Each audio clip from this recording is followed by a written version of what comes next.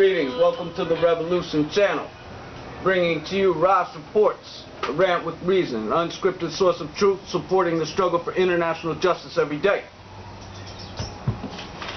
Truth about the 1%?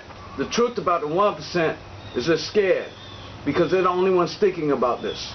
They still talking about it. Well, you don't see any Occupy people out there now, but they're still talking about the 1%. So, they running scared now. Here's the fact. The fact of the matter is that there's some people that don't base their lives off of some number or some, idea that they're more successful because they have more possessions. Yes, people have a faith that says that the possessions, what is your treasure is what is in your heart. Yeah, and not the possessions that you have. The possessions that you have don't make up your soul. They actually take away from your soul. So there's people that know this, and there's people that stand by this. And so therefore there's people that don't want to live their lives to just be able to gain more and more, because they understand there's only so many resources on the earth, and the more you take away those resources, the more you take from the people. You oppress the people, like Rastafari, Emperor Haile Selassie I of Ethiopia, when he taught that even his own children, not to take away from his children if it meant that it was going to oppress somebody else. So that's how we have to live our lives, under that lesson, under that commandment.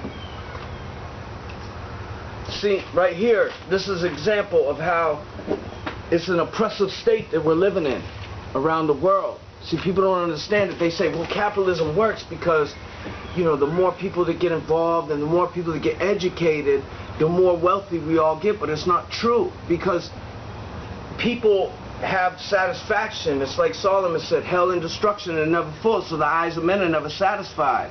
And the more that people attain, the more that people acquire, the more people want, because Satan wants.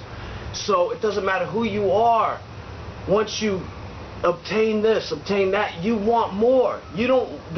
The thing is people are afraid of losing. That's what drives them. It's not necessarily the game, but they're afraid of losing. And a lot of it has to do with man's pride, their reputation. They don't want to lose that number. They don't want to go down in their net worth, because then they'll say, no, well, that means that I wasn't as successful as the next man was. And I want to show everybody that I'm one of the brightest people in the world and of all time. So, it's their pride that drives them to this point.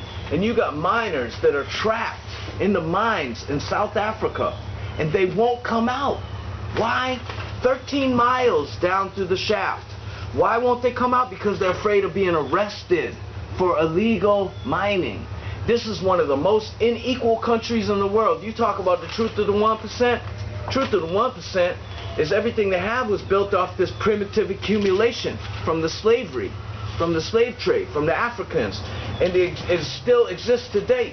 When you have Jay-Z and these other people, and they want to try to promote all these diamonds and everything that come out of these mines, well, these people are stuck in the mines.